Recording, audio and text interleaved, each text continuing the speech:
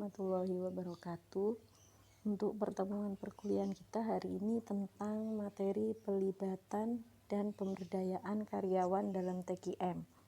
Pelibatan dan pemberdayaan karyawan dalam TKM itu merupakan salah satu unsur dalam total quality management. Untuk slide yang selanjutnya, konsep pelibatan dan pemberdayaan karyawan itu seperti apa?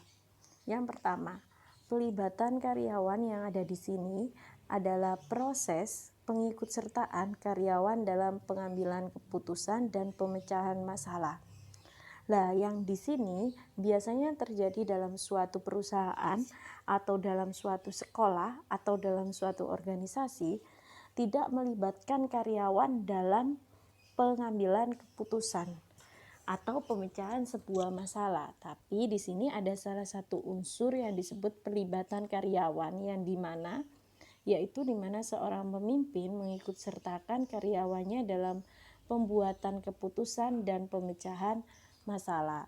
Sedangkan kalau pemberdayaan karyawan adalah melibatkan karyawan secara signifikan. Signifikan itu adalah secara bertahap atau berkelanjutan di sini. Next, selanjutnya, apa sih tujuan dari perlibatan dan pemberdayaan karyawan dalam TKM?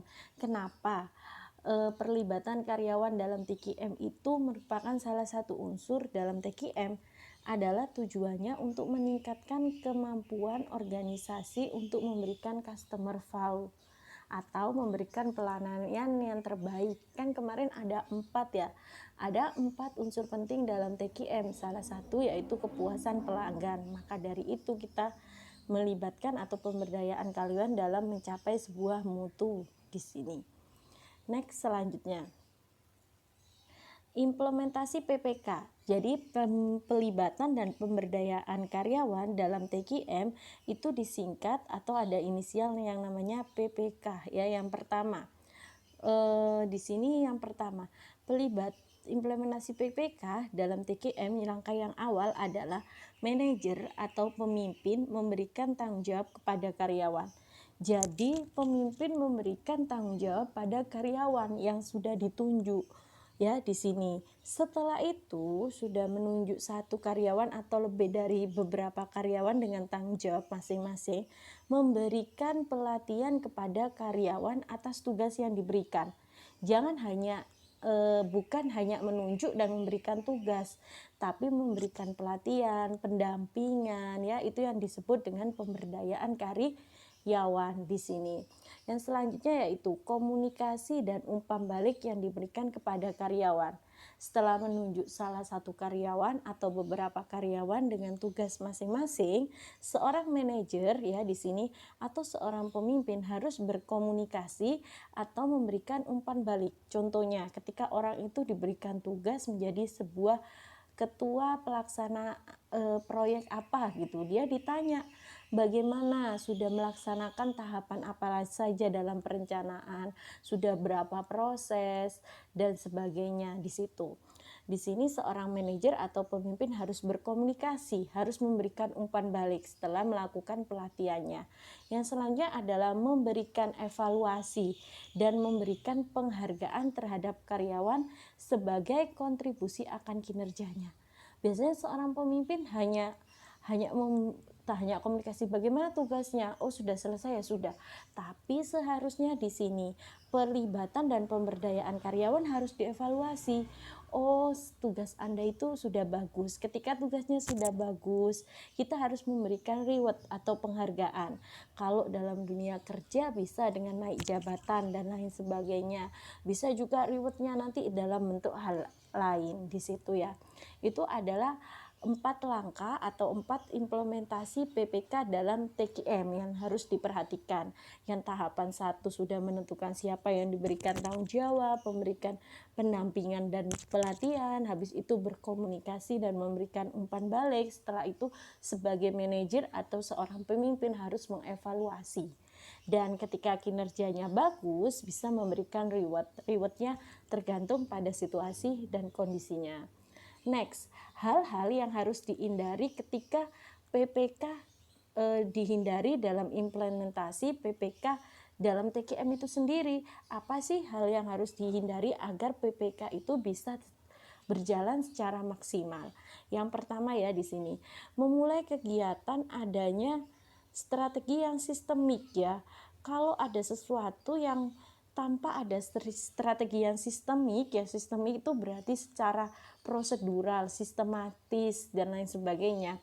Maka nanti kalau sudah menghindari hal yang tanpa adanya sebuah sistematis, prosedural, itu harus dihindari dalam PPK.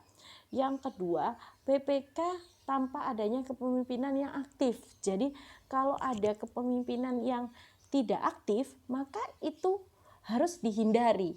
Agar apa? Agar PPK bisa terimplementasi dengan bagus. Yang selanjutnya, rencana dan harapan yang tidak realistik. Ada 4 unsur ya TKM, harus sesuai dengan realita salah satunya. Nah, kalau ada rencana yang tidak sesuai dengan realistik, itu juga harus dihindari karena itu nanti penyebab atau hal yang bisa mempengaruhi dalam implementasi PPK. Mengharapkan perlibatan akan ada akhirnya, jadi melibatkan seseorang karyawan secara terus menerus harus berakhir seperti ini. Jadi harus menghindari itu. Jadi berawal dari harus rencana yang sesuai dengan strategi yang sistemik ya, terus harus sesuai dengan realistik sehingga mengharapkan pelibatan akan ada akhirnya. Jadi pelibatan yang ada akhirnya itu ketika ada karyawan yang dilibatkan, akan berakhir dengan hal yang akan berakhir pada tahapan ini tidak, tapi berharap itu berkelanjutan. Itu hal-hal yang dihindari dalam PPK. Selanjutnya peranan manajer dalam PPK. Dalam PPK pasti ada manajer. Kalau dalam PPK di dunia pendidikan, maka manajernya adalah kepala sekolah. Tapi kalau PPK, ketika peranan manajer dalam PPK, kalau dalam perusahaan tergantung. Itu dalam hal segi apa? Kalau kualitas barang, maka itu di perusahaan makanya ada yang namanya KISI dan lain sebagainya. Itu yang disebut quality control di sini. Yang pertama, peranan manajer dalam PPK yang pertama harus menunjukkan sikap mendukung PPK. Ketika melibatkan karyawan dan memberdayakan karyawan ya, seorang pemimpin harus menunjukkan bahwa dia itu mendukung dengan adanya. Jangan setelah tunjuk saya tidak mendukung dengan programnya, itu hal yang salah. Jadi peranan manajer harus menunjukkan sikap pendukung. Yang kedua, menjadi pelatih dan fasilitator. Nah, itu tadi dalam tahapan yang sudah saya terangkan di slide sebelumnya ya. Setelah ditunjuk tugasnya apa, seorang karyawan dalam perlibatan dan pemberdayaan karyawan harus dilakukan pelatihan dan pelatihnya bisa itu dengan manajernya sendiri.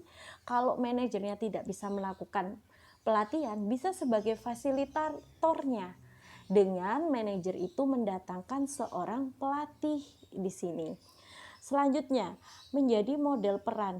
Peran manajer dalam PPK itu sebagai pengevaluasi, fasilitator, controllingnya itu ada dalam manajer. Makanya seorang manajer atau pemimpin harus mempunyai model peran seharusnya.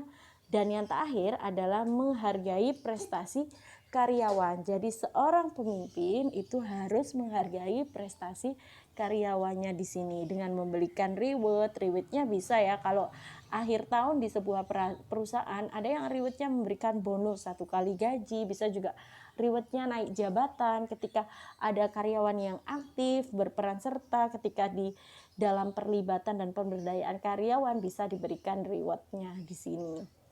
Nah, ada beberapa faktor. Tadi kan beberapa hal yang menghambat PPK yang harus dijauhi ketika kita penerapan PPK. Faktor penghambat PPK biasanya adalah ketidakamanan. Kadang ya ada seorang manajer atau pemimpin yang berpikir, ketika saya melibatkan seorang karyawan atau seorang pegawai itu saya tidak akan nyaman dalam suatu job pekerjaan. Nanti dia akan tahu akan ada hal yang harus disembunyikan seorang pemimpin sehingga melibatkan dalam hal itu orang itu tahu dan lain sebagainya. Di sini faktor penghambatnya salah satunya adalah ketidakamanan, merasa tidak aman.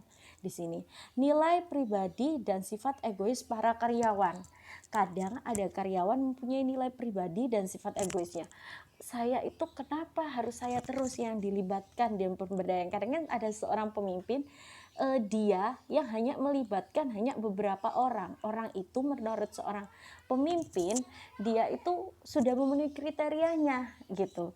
Lah, karena sifat pribadi dan egois karyawan, ya udah kita aja yang bekerja, wong kita yang ditunjuk, kita tidak melibatkan karyawan yang lain. Lah, itu hal tersebut nanti yang menjadi faktor penghambat dalam PPK. Selanjutnya yaitu ini, keterlibatan manajer secara menyeluruh. Oke, setelah kita melibatkan karyawan, memberdayakan karyawan, tapi manajer itu merasa harus menguasainya, harus sesuai dengan keinginannya. Dan di dalam itu karyawan akan merasa dia, oh saya itu hanya sebagai orang yang disuruh-suruh. Jadi ya, yang harus diketahui oleh mahasantri MPI semester 5 bahwa PPK atau perlibatan dan pemberdayaan karyawan itu bukan menjadikan karyawan itu orang yang ditunjuk-tunjuk disuruh oleh kita. Bukan, tapi dia diketahui jobnya, tugasnya, setelah itu dilatih, setelah itu diumpan balik, dievaluasi, dan lain sebagainya. Karakter pribadi manajer, lah ini, kadang sudah menunjuk seseorang, tapi seorang manajer itu bersifat otoriter. Apa yang dia katakan harus dia kerjakan, gitu kan? Otoriter itu is okay, boleh ya, tapi tidak dalam hal-hal tertentu. Ini yang nanti akan menjadi faktor penghambat PPK. Udah males dia ikut pimpinan itu, manajer itu yang seperti itu. Kedua, struktur organisasi dalam perusahaan atau sekolah. Nah, ini yang menjadi penghambat salah satunya. Biasanya dalam struktur organisasi yang dilibatkan itu karyawan, tapi kadang yang menjadi permasalahan kenapa PPK itu tidak secara maksimal, karena di struktur organisasi biasanya yang dilibatkan adalah saudaranya, ya kan, wakilnya, jobnya, dan lain sebagainya. Perlibatannya hanya saudaranya, hanya orang yang disukainya. Di situ nanti yang menjadi faktor penghambat dari PPK di sini. Nah, berapa hal yang harus dilakukan untuk menghindari faktor penghambat pada TKM, ya, PPK pada TKM? Salah satunya ini, hambatan tersembunyi. Biasanya hambatan tersembunyi ini terjadi pada karyawannya. Ada karyawan yang perilakunya negatif, yang hanya di depan seorang pemimpin atau manajernya dia bersifatnya pasang badan, selalu is okay, selalu baik, selalu bersifat tidak ada cacatnya sama sekali, ya, bersifat baik di depan manajer atau pemimpinnya. Di situ perilaku negatif, ada sesuatu yang tidak kita ketahui. Keterampilan yang kurang, ada keterampilannya yang kurang. Khawatir sarannya ditolak, ada kan kadang karyawan, saya nggak mau bertanya, nggak mau mengungkapkan pendapat, takut nanti saran saya ditolak. Ini yang menjadi hambatan tersembunyi yang ada pada diri karyawan. Ketidakmudahan pada diri karyawan. Ketidakmudahan itu apa? Bukan sifat mudah, ya, tapi tidak mudah dia beradaptasi, tidak mudah dia menerima pendapat orang lain. Itu akan menjadi hambatan tersembunyi dalam faktor-faktor penghambat TKM. Selanjutnya, mendorong karyawan baru agar terlibat. Jadi ini, hal-hal untuk menghilangkan faktor penghambatnya, hambatan tersembunyi harus dihilangkan, ya, dari individu masing-masing karyawan. Ini harus dihilangkan oleh manajer. Caranya bagaimana, Bu, caranya? Seorang manajer sebelum dia melibatkan dan memberdayakan karyawannya harus tahu latar belakang pribadi karyawan. Bisa dengan cara observasi, wawancara, tanya ke karyawan-karyawan yang lain atau mengamatinya. Di situ bisa dilakukan oleh manajer dan pemimpin. Mendorong karyawan baru agar terlibat. Jadi bagaimana karyawan baru itu juga dilibatkan. Bukan hanya orang yang lama yang dekat dengan kita, tapi dilibatkan. Meskipun dilibatannya tidak 100% di sini. Melatih karyawan yang segan berpartisipasi dalam pemberdayaan dan pelibatan karyawan secara jangka waktu terus-menerus akan nampak siapa mereka yang segan dan berpartisipasi di kita. Karena tadi disebutkan bahwa seorang pemimpin itu sebagai evaluasi, sebagai fasilitator, harus tahu mana orang yang partisipasi, mana yang bagus dalam pemberdayaan. Di situ orang itu harus digali potensinya dalam bentuk melatih karyawan yang sudah di situ, yang sudah segan dan berpartisipasi. Jadi closing penutupan perkuliahan kita hari ini. PPK itu merupakan salah satu unsur yang penting dalam TKM. Kadang ada seorang pemimpin yang dia tidak mau melibatkan karyawan dan memberdayakan karyawannya. Hanya maunya bekerja secara sendiri. Di situ padahal ada salah satu unsur yang mempengaruhi TKM adalah kerja secara tim. Dan di mana dalam tim tersebut ada proses yang namanya PPK, pelibatan dan pemberdayaan karyawan. PPK itu sendiri bukan kita menunjuk dan menyuruh-nyuruh karyawan.